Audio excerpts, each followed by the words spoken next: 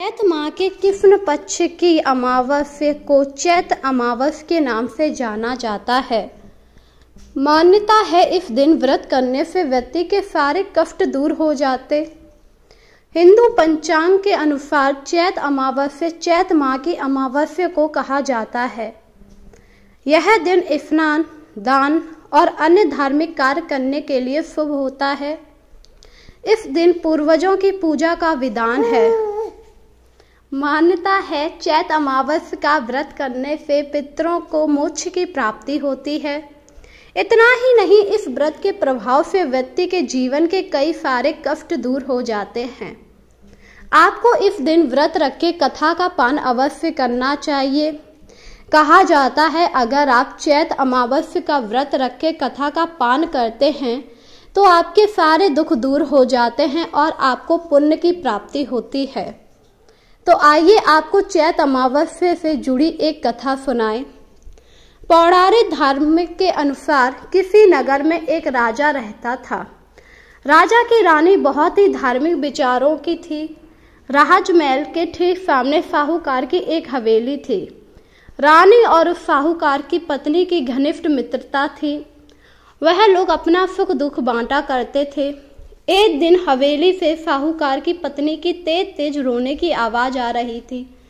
रानी इससे काफी ज्यादा परेशान हो गई और उसने अपने राजा से कहा कि ये रोने की आवाज क्यों आ रही है।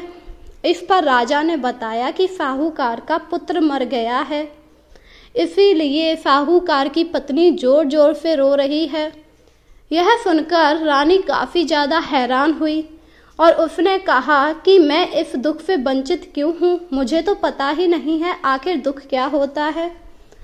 इस पर राजा ने कहा जब तुम्हारा कोई बेटा मरेगा तब तुम्हें समझ में आएगा कि आखिर दुख क्या होता है और तब तुम भी इसी प्रकार रोगी।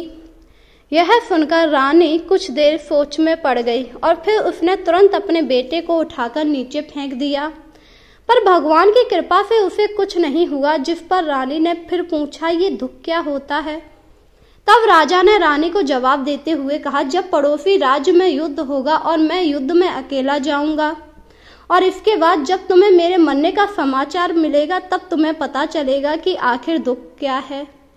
हाल की रानी अमावस्या व्रत करती थी, जिस वजह से राजा युद्ध जीतकर वापिस आ जाया करता था। वह भी काफी ज्यादा हैरान था कि आखिर वह एक भी युद्ध हारता क्यों नहीं है। वह आसानी से दूसरे राज्यों पर विजय प्राप्त कर लिया करता था।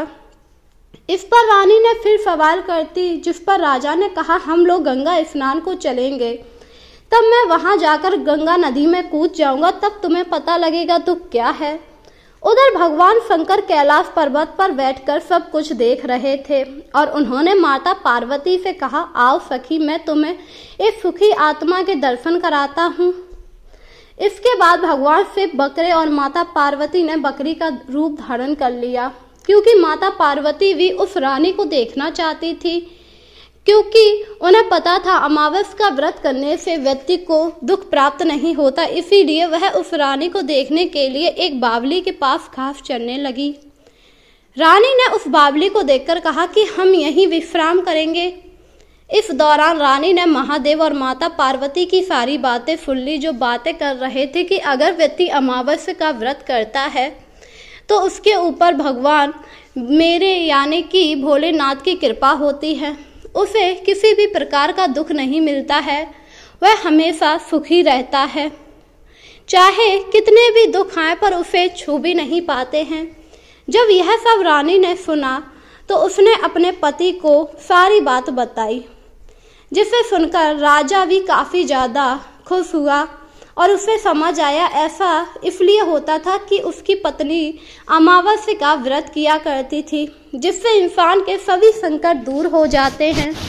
और राजा ने अपनी पत्नी से कहा तुम्हें ये बात अपने मित्र को बतानी चाहिए, क्योंकि साहूकार की पत्नी इस समय काफी ज्यादा दुखी थी, उसका पुत्र मर चुका था।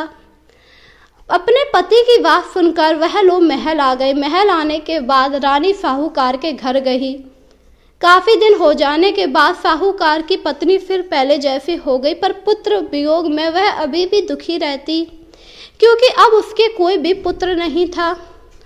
रानी ने जब अपनी सखी को देखा तो कहा, हे सखी, तुम दुखी मत हो, तुम अमावस्या का व्रत करना, इससे भोलेनाथ माता पार्वती तुम्हारे सारे दुखों का नाश करेंगे। अपनी सखी की बात सुनकर साहूकार की पत्नी ने कहा, क्या तुम सच कह रही हो?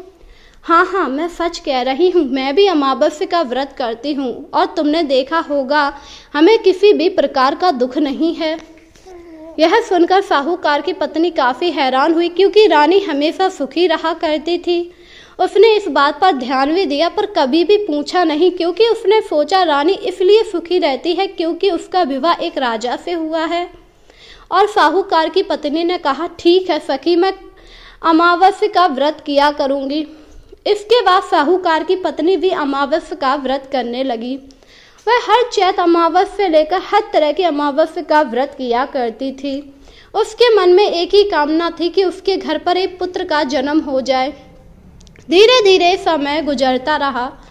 2 अमावस्या का व्रत करने के बाद उसने गर्भ धारण किया और 9 महीने के बाद उसके यहाँ पर एक पुत्र ने जन्म लिया, जिससे साहूकार की पत्नी काफी ज्यादा खुश हुई। उसे तो विश्वास ही नहीं हो रहा था कि उसके यहाँ पर पुत्र ने जन्म लिया है। वहीं धीरे धीरे साहूकार का कारोबार भी अच्छा चलने लगा, जिससे अब उन्हें किसी भी प्रकार का दुख नहीं था। ये सब देखकर साहूकार भी काफी ज्यादा प्रसन्न हुआ, क्योंकि पहले उनके दिन काफी ज्यादा खराब चल रहे। और साहूकार ने अपनी पत्नी से कहा, हे प्रिय, ये सब क्या हो गया? अचानक से हम लोग इतने सुखी कैसे रहने लगे? आखिर ऐसा कैसे हो सकता है? क्या तुम्हें इस बारे में कुछ पता है तो कृपया करके मुझे बताओ। जिस पर साहूकार की पत्नी ने कहा, ये सब अमावस्या व्रत का प्रभाव है स्वामी। मैं अमावस्या का व्रत करती हूँ, जिसके फल से ही हम लोग इतने ज्यादा सुखी हैं। यह सुनकर साहूकार काफी ज्यादा हैरान हुआ और बोला, क्या अमावस्या का व्रत? पर पहले तो तुमने कभी भी अमावस्या का व्रत किया नहीं है। जिस पर साहूकार की पत्नी ने अपने पति को सारी बात बताई, जिसे सुनकर साहूकार काफी ज्यादा प्रसन्न हुआ और बोला, ये तो बहुत अच्छी बात है, तो अब हम दोनों मिलकर अमावस्या का व्रत किया करेंगे। उस दिन से साहूकार और उसकी पत्नी भी अमावस्या का व्रत करने लगे। वहीं राजा रानी भी अमावस्या का व्रत किया करते थे। धीरे धीरे समय गुजर रहा था। प्रजा काफी ज्यादा दुखी रहने लगी, क्योंकि एक बार बहुत ज्यादा सूखा पड़ा। राजा तो सुखी था क्योंकि वह लोग अमावस्या का व्रत करते, पर प्रजा काफी ज्यादा दुखी। अपनी प्रजा को इतना ज्यादा दुखी देखकर राजा ने कहा, हे रानी, अब हम लोग क्या करें, क्योंकि हमारी प्रजा बहुत ज्यादा दुखी है। उनके घर पर अन्न धन्य नहीं रहा है। इस पर रानी ने कहा, आप राजा हैं, आपको प्रजा की मदद करनी चाहिए। वैसे भी भगवान की कृपा से हमारे पास सब कुछ है। रानी की बात सुनकर राजा ने कहा, तुम बिल्कुल ठीक कह रही हो, मैं इस राज्य का राजा हूँ, अब मुझे ही कुछ ना कुछ करना पड़ेगा। इसके बाद राजा ने अपने अनाज घर से बहुत सारा अनाज निकाला और राज्य में बांटा, जिससे प्रजा के लोग काफी ज्यादा खुश हुए।